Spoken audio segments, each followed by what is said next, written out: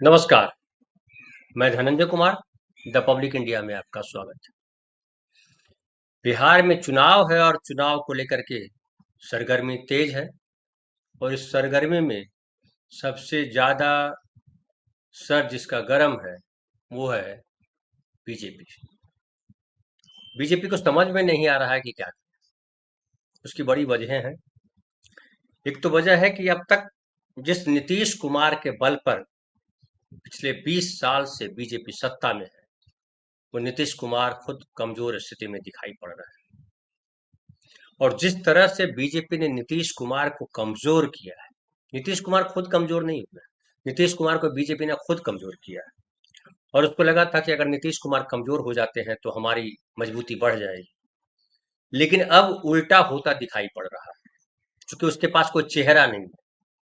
बिहार का कोई नेता नहीं है बीजेपी जिसके नाम पर बिहार में बीजेपी चुनाव लड़ सकती है। नरेंद्र मोदी जी का एक नाम हुआ करता था, हालांकि नरेंद्र मोदी भी कभी बिहार में जीत का पर्याय नहीं बन सके। नरेंद्र मोदी जी की वजह से बिहार में कभी बीजेपी को जीत नहीं मिली। और इसका बड़ा उदाहरण मैं आपको दूं कि 2015 में जो विधानसभा चुनाव हुए थे, उसमें नीतीश कुमार जब आरजेडी के साथ चले गए थे तो बीजेपी बाहर हो गई थी सत्ता से। बीजेपी को बेहद कम सीटें मिली थी। उसके बाद फिर नीतीश कुमार आ गए लौट करके, फिर बीजेपी मजबूत हुई। लेकिन अब एक और घटना ये हो रही है कि जो दो दलित नेता हैं, एक रामविलास पासवान जी के लड़के चिराग पासवान और दूसरे जीतन राम मांझी, उन दलित नेताओं में भी एका नहीं है। दोनों अभी इंडिया गठबंधन में है, लेकिन दोनों के बीच एका नहीं है। पिछले दिनों चिराग पासवान ने नालंदा में एक सभा की, बहुजन भीम संकल्प समागम, और इसमें उन्होंने कहा कि वो एक तरह से अपने आप को प्रोजेक्ट किया कि मैं सबसे बड़ा दलितों का नेता हूं। उन्होंने कहा कि विपक्ष आरक्षण और संविधान को लेकर अनुसूचित जाति, जनजाति और अल्पसंख्यकों को डराने की कोशिश कर रहा है, लेकिन जब तक वे यानी चिराग पासवान केंद्र में है, तब तक आरक्षण और संविधान को कोई खतरा नहीं है। ये बड़ी हास्यास्पद बात लगती है। खुद चिराग पासवान खतरे में है, वो उनको दिखाई नहीं पड़ रहा है, और संविधान और आरक्षण खतरे में नहीं है। आरक्षण अगर खतरे में नहीं होता तो बिहार में जो 65% आरक्षण दिया गया था नीतीश कुमार सरकार द्वारा, उसके समर्थन में बात करते, उसको लेकर के आंदोलन करते, कहते सरकार को कि अगर आप नहीं करते हो तो हम बाहर आ जाएंगे, लेकिन कुछ नहीं कहा। वो नारा लगा रहे हैं बिहार फर्स्ट, बिहारी फर्स्ट। नारा लगाने में आजकल के नेता बहुत आगे हैं। नरेंद्र मोदी जी नारा लगाया करते हैं भारत माता की जय, भारत माता की जय। लेकिन भारत माता की जय के लिए क्या किया उन्होंने? वो सीज फायर जो है, और अब तो आपने सुना ही, और हमने भी कल प्रोग्राम किया था इस पर कि किस तरह से नरेंद्र मोदी जी ने झूठ बोला, सीज फायर किया, हमारे कई सारे लड़ाकू विमान गिराए गए, उसके पायलट कहाँ हैं कुछ पता नहीं है, और भारत की फजीहत कराई।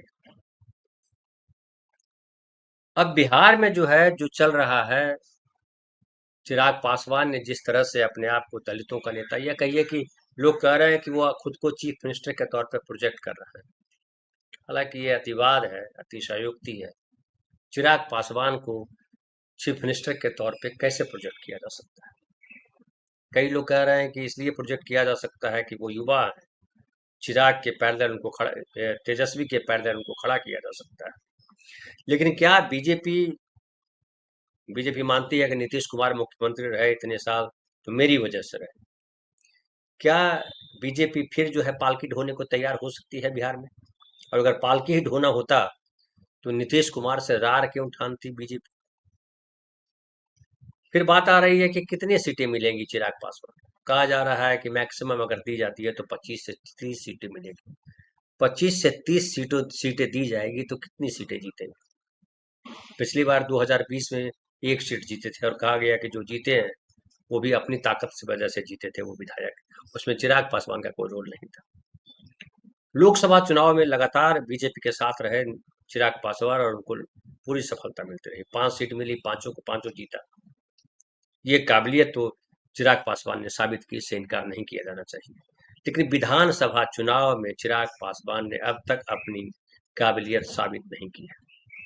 अब चिराग पासवान ने जो दावा किया है और कहा है कि हम अंबेडकर साहब के, बाबा साहब के सच्चे अनुयायी हैं, बाबा साहब क्या बीजेपी के साथ खड़े होते? ये सवाल है, लोग पूछ रहे हैं। ये भी कहा कि अपने पिता के रामविलास पासवान के आदर्शों का सच्चा अनुयायी है। रामविलास पासवान बहुजनों के नेता माने जाते रहे, इससे कोई इनकार नहीं कर सकता। और जो आरक्षण 90 में लागू हुआ, पिछड़ों के लिए जो आरक्षण हुआ, उसमें रामविलास पासवान का भी योगदान माना जाता है। और हालांकि जन्मदिन है शरद यादव जी का, शरद यादव जी का बड़ा रोल रहा मंडल के लागू होने में। उस समय पीपी सिंह की सरकार थी और मंडल लागू हुआ, उसमें इन दोनों नेताओं का बड़ा रोल रहा, रामविलास पासवान का भी, शरद यादव का भी, और नीतीश कुमार का, लालू प्रसाद यादव का, इन तमाम नेताओं का रोल रहा। लेकिन वही आरक्षण जो है के खिलाफ एक तरह से कहिए बीजेपी ने मोर्चा संभाला। बीजेपी ने पीपी सिंह सरकार से समर्थन वापस लिया, बीपी सिंह की सरकार गिर गई। आज वही बीजेपी आरक्षण की हितैषी बता रही है, वही चिराग पासवान बीजेपी के साथ खड़ा होकर के आरक्षण की बात कर रहे हैं। संविधान की बात आती है तो संविधान को लेकर के लगातार जो है किस तरह से लोग कह रहे हैं कि बीजेपी अघोषित आपातकाल लागू करके रखा हुआ। जब आपातकाल लागू हुआ था 1975 में 25 जून को, संविधान के तहत लागू हुआ था। लेकिन ये जो आपातकाल है, इसमें घोषित तो आपातकाल नहीं है, चूंकि कोई वजह बनती नहीं दिखाई पड़ रही है। 1978 में, 1977 में जब सरकार बनी थी जनता पार्टी की, तो 1978 में संविधान का 44वां संशोधन किया गया था और उसमें यह परिवर्तन किया गया था कि आपातकाल तभी लागू किया जाएगा जब या तो बाह्य खतरा हो देश को, या आंतरिक खतरे में सशस्त्र विद्रोह हो जाए अगर देश में, तो आपातकाल लागू हो जाएगा। सशस्त्र विद्रोह जैसी स्थिति कहीं है नहीं। और जो नक्सलवाद चलता रहा इस देश में इधर उधर जहां तहां, पिछले दिनों छत्तीसगढ़ में लगातार नक्सलवादियों के खिलाफ अभियान चलाया गृह मंत्रालय ने और ढेर सारे नक्सली मारे गए। और ये भी है कि गृह मंत्री ने खुद कहा है कि नक्सलियों को हम खात्मा करके ही छोड़ेंगे, उसके लिए टाइम लिमिट दी है। तो वो स्थिति भी नहीं है, लेकिन जो स्थिति है संविधान सम्मत सरकार चलाने की, वो चलती दिख नहीं रही। अभी देखिए बिहार में जिस तरह से चुनाव आयोग ने मोर्चा लिया है, चुनाव आयोग ने कहा है कि मतदाता सूची का पुनरीक्षण किया जाएगा, उसकी जांच की जा रही है। समय कम है, 2 महीने के भीतर चुनाव होना है। वोटर लिस्ट कोई 2-4-5 हजार लोग तो वोटर लिस्ट में नाम है नहीं, करोड़ों लोग हैं। और 13 करोड़ अगर बिहार की आबादी है तो कुछ 8-9 करोड़ के आसपास वोटर है। हालांकि अब 30 जून को चुनाव आयोग ने कहा है कि जो 4,96,00,000 जो 2003 के मतदाता सूची में जिनका नाम दर्ज है, उनको कोई डॉक्यूमेंट देना नहीं पड़ेगा। वो एक फॉर्म भरेंगे और फॉर्म के आधार पर जो है उनको मतदाता सूची में शामिल कर दिया जाएगा। लेकिन जो उसके अलावा एक और कहा उन्होंने कि 4,96,000 जो मतदाता सूची में 2003 के पहले दर्ज लोग हैं, उनके बच्चों को भी कोई डॉक्यूमेंट नहीं देना पड़ेगा और उनको जो है वोटर लिस्ट में उनका नाम आ जाएगा। डॉक्यूमेंट नहीं देना पड़ेगा उनको, मतलब अपना जन्म प्रमाण पत्र तो देना ही पड़ेगा। लेकिन बाकी जो लोग हैं उनके लिए है कि उनको फिजिकली फॉर्म भरना पड़ेगा, वहां उपस्थित होना होगा और डॉक्यूमेंट सबमिट करना होगा। और उस डॉक्यूमेंट में जो है कितने हैं डॉक्यूमेंट, वो मैं आपको बताऊं। जो मान्य डॉक्यूमेंट है, देखिए कहा है कि 1 जनवरी 2003 के बाद जुड़े मतदाताओं को देना होगा नागरिकता प्रमाण पत्र। जो मतदाता 1 जनवरी 2003 के बाद वोटर लिस्ट में जुड़े हैं, उन्हें नागरिकता के प्रमाण के तौर पर दस्तावेज प्रस्तुत करने होंगे। बड़ी आबादी है। और इसमें रखा उन्होंने पासपोर्ट आप दीजिए, उससे आपकी नागरिकता प्रमाणित होगी। जन्म प्रमाण पत्र दीजिए, एसटी एससी प्रमाण पत्र दीजिए। 2003 की वोटर लिस्ट में माता या पिता का नाम आपके हो वो दीजिए डॉक्यूमेंट के तौर पे। पेंशन भुगतान आदेश दीजिए। अब 2003 के बाद जो मतदाता सूची में आएगा वो पेंशन भुगतान, उसको पेंशन कहाँ से मिलने लगी? अब ये तो भाई यही लोग बता सकते हैं। 2003 22 साल का लड़का पेंशन भुगतान प्रमाण पत्र कहाँ से लेके आएगा? पेंशन मतलब नौकरी भी नहीं मिली और वो रिटायर भी हो गया। ये देखिए महान लोगों ने पेंशन भुगतान आदेश ढूंढा है। निवास प्रमाण पत्र, भूमि आवंटन प्रमाण पत्र। अब 23-22 साल का लड़का 2030 की वोटर लिस्ट में जो नहीं है उनको देना है। 2003 के बाद वोटर लिस्ट में नाम नहीं है तो 22 साल, तो 22 साल के लड़के का नाम भूमि आवंटन प्रमाण पत्र कहाँ से आएगा? स्थानीय निकायों द्वारा जारी परिवार रजिस्टर, ये कौन बनाता है परिवार रजिस्टर? मुझे भी नहीं पता है।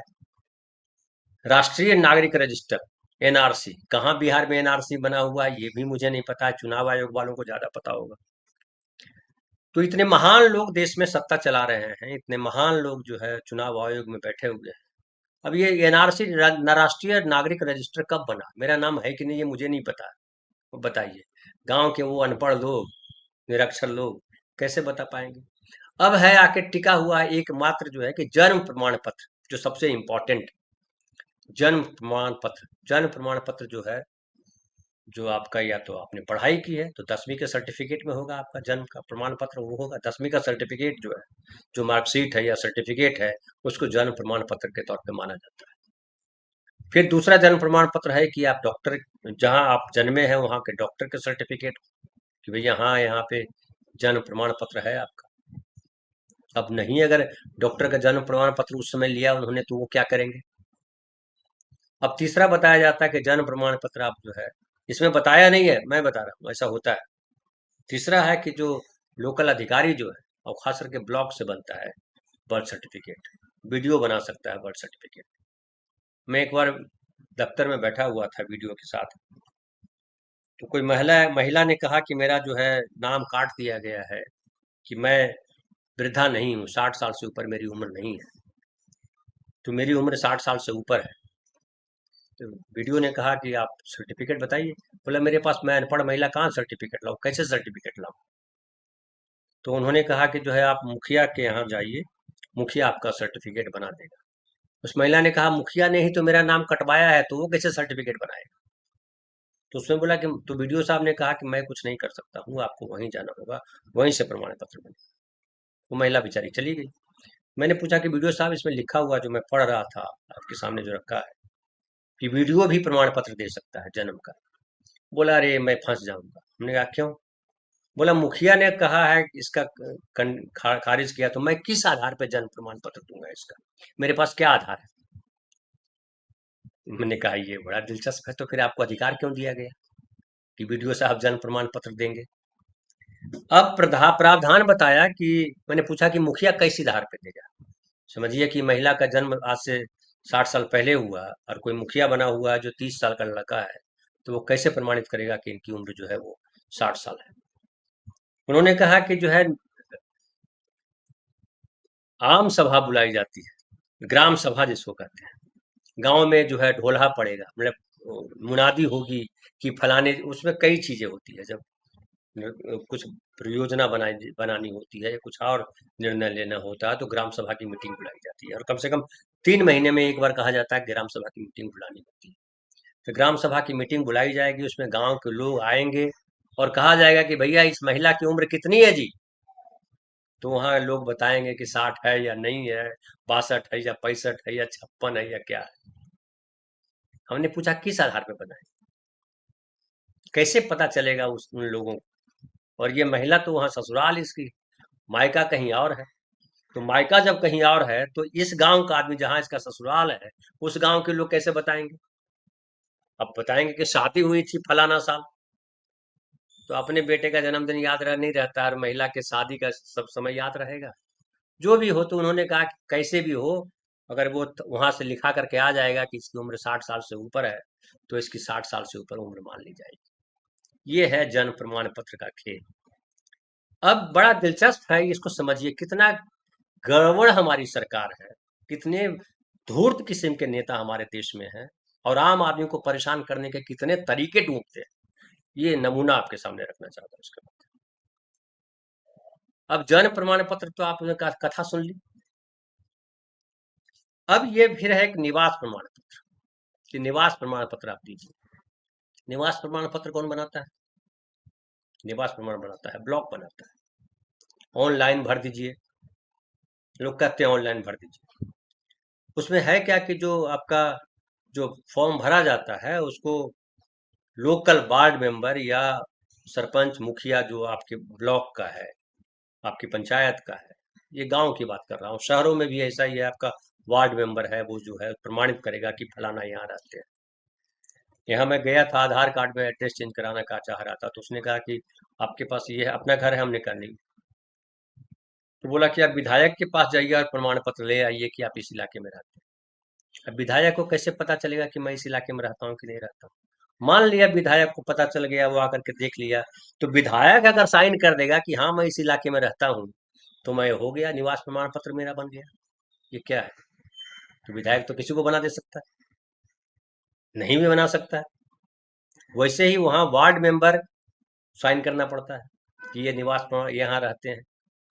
वैसे ही वहाँ पे गांव में जो है चलिए बॉम्बे में तो एक बार फिर भी होता है कि एग्रीमेंट बनता है घर का, कि आप यहाँ पे रह रहे हैं तो आप वो जा करके लगा दीजिएगा, लेकिन रेंट एग्रीमेंट को कैसे आप कीजिएगा प्रूफ?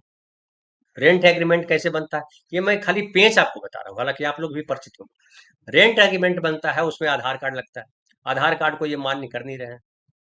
तो रेंट एग्रीमेंट जिस आधार कार्ड में बना है, उस रेंट एग्रीमेंट को माना जाएगा निवास प्रमाण पत्र। बैंक में हमने जो बैंक में निवास, बैंक का भी ये दिया जाता है, इसमें हालांकि दिया नहीं है। पासपोर्ट अगर बनाना हो तो बैंक का आपका जो है पता जो है आपका काम करता है, आधार भी वहाँ काम करता है, बर्थ सर्टिफिकेट तो है ही वो। तो अब ये बताइए कि ये जो निवास प्रमाण पत्र है, वो मुखिया सरपंच ही लिख के देगा कि हाँ यहाँ रहते हैं और हो जाएगा? तो इतना तमाशा करने की क्या जरूरत थी वोटर लिस्ट पुनरीक्षण के लिए? आप हर गांव के मुखिया को, हर गांव के सरपंच को, वार्ड मेंबर को कहिए कि हर घर के लोगों को आप चिन्हित करें।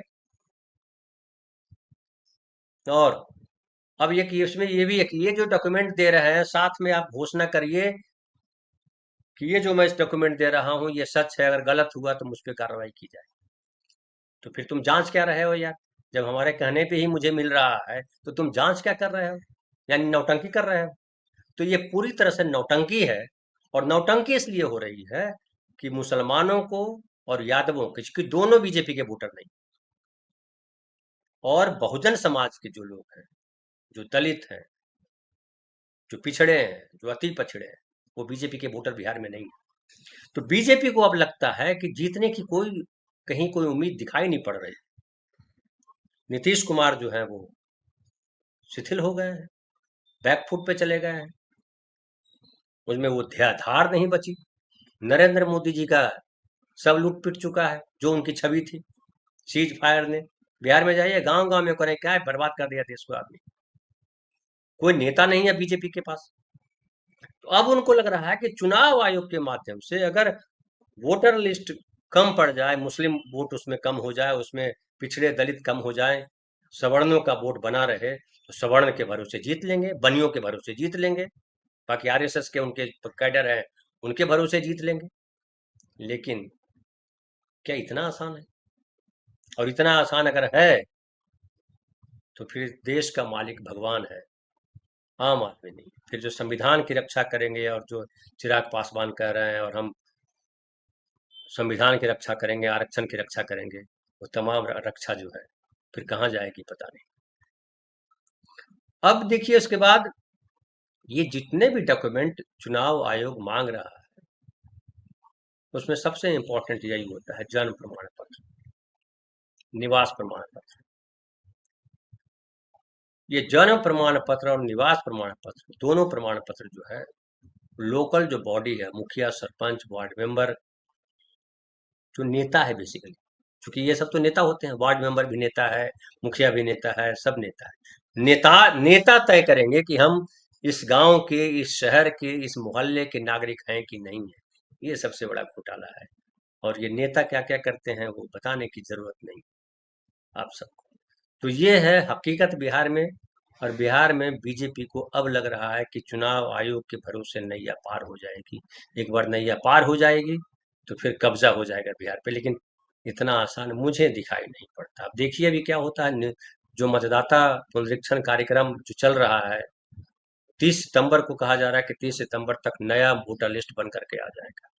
करोड़ों लोगों का नाम चलना, उस पर वोटर लिस्ट तैयार होना, उसके मतदाता पत्र जिसको कहते हैं कार्ड तैयार होना, वोटर आईडी तैयार होना, तो प्रिंटेड होता है तभी आपको वोट देने को मिलेगा।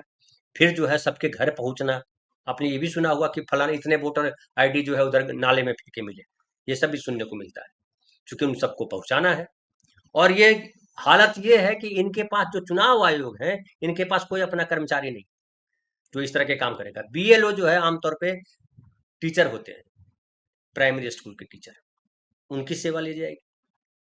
तो अचानक ये करने की क्यों आवश्यकता पड़ी, यही संदेह पैदा करता है। और ये तेजस्वी यादव कह रहे हैं कि ये संदेह पैदा करता है। अब जब ये फॉर्म भरा जाएगा, अब ये टाइम पूरा हो जाएगा, मतदाता सूची छप के आएगी, तब पता चलेगा किसका नाम है और किसका नाम नहीं। अब वो जो प्रमाण पत्र जमा किया गया है, जो अपलोड करना होगा, प्रमाण पत्र को ऑनलाइन अपलोड करना होगा। और अगर अपलोड करते समय वो चिन्हित कौन करेगा कि सही है गलत है, तो यही अधिकारी करेंगे। यानी ये अधिकारी ये बताएंगे कि कौन देश का नागरिक है कौन नहीं, है ना। और उसमें कितना घोटाला है, कितना गड़बड़ है, ये हम सबको आपको पता है। तो ये पूरा आप इस एक और उदाहरण आपको दे देता हूँ कि जो सरकार की नीयत क्या है और सरकार करती क्या है, किस आधार पे करती है सरकार। जो नोटबंदी हुई थी उस समय सरकार ने कहा था कि, मैं बार बार इस बात को कहता हूँ और इसलिए कहता हूँ कि याद रखिए, नोटबंदी के समय सरकार ने कहा था कि काला धन सब बाहर निकल आएगा। आपको पता है काला धन कितना निकल के आया। कहा था कि जो नकली नोट है वो सब चलन से बाहर हो जाएगा। आपको मालूम है कि नहीं कि नकली नोट अभी भी मार्केट में चल रहा है, वो ज्यादा तेजी से चल रहा है। फिर कहा गया कि जो कैश है ना बहुत ज्यादा है, इसको हम डिजिटल पे ला रहे हैं कि कैश का धंधा ही खत्म हो जाए। आपको पता है कि कैश जो है वो दोगुना से ज्यादा मार्केट में चल रहा है इस समय। अब ये भी कहा था नरेंद्र मोदी जी ने कि ये आतंकवाद खत्म हो जाएगा। खत्म हो गया आतंकवाद, मिट्टी में मिल गए सब। ये जो आए थे 5 मारने के लिए, उनके बारे में पता है, मिट्टी में मिले कि नहीं मिले। मिट्टी में बन के खाद बन गए या वहां पे गुलाब का फूल उगाया, कुछ पता है आपको, ये भी पता कीजिए। तो ये जो है नोटबंदी किस आधार पे किया था। वैसे ही जैसे अमेरिका ने ईरान पे हमला किया कि जो है ये परमाणु बम बना रहे हैं, बाद में कहा कि नहीं बना रहे हैं। ऐसे ही इराक पे हमला किया था कि रासायनिक हथियार है इनके पास, बाद में पता चला कोई हथियार नहीं है। वो कहानी है ना कि शेर ने कहा नीचे पानी पी रहे मेमने से कि तुमने जो है पानी जूठा किया। उसने कहा हुजूर आप ऊपर पी रहे हो, मैं नीचे पी रहा हूँ, पानी ऊपर से नीचे आ रहा है, मेरा जूठा कैसे ऊपर। बोला तुमने नहीं किया, तुमने गाली दी थी 6 महीना पहले। बोला कहाँ से मैं 6 महीने पहले गाली दूंगा, मैं पैदा ही हुआ 3 महीना पहले। बोला अच्छा, तुम्हारे बाप ने गाली दी थी मुझे, इसका मतलब, और मैं तुमको खा जाऊंगा। और भेड़िए ने मेमने को खा लिया। ये कहानी सुनी, यही कथा चल रही। मजे लीजिए, बहुत बहुत धन्यवाद। कल फिर बात करेंगे किसी नए विषय पर।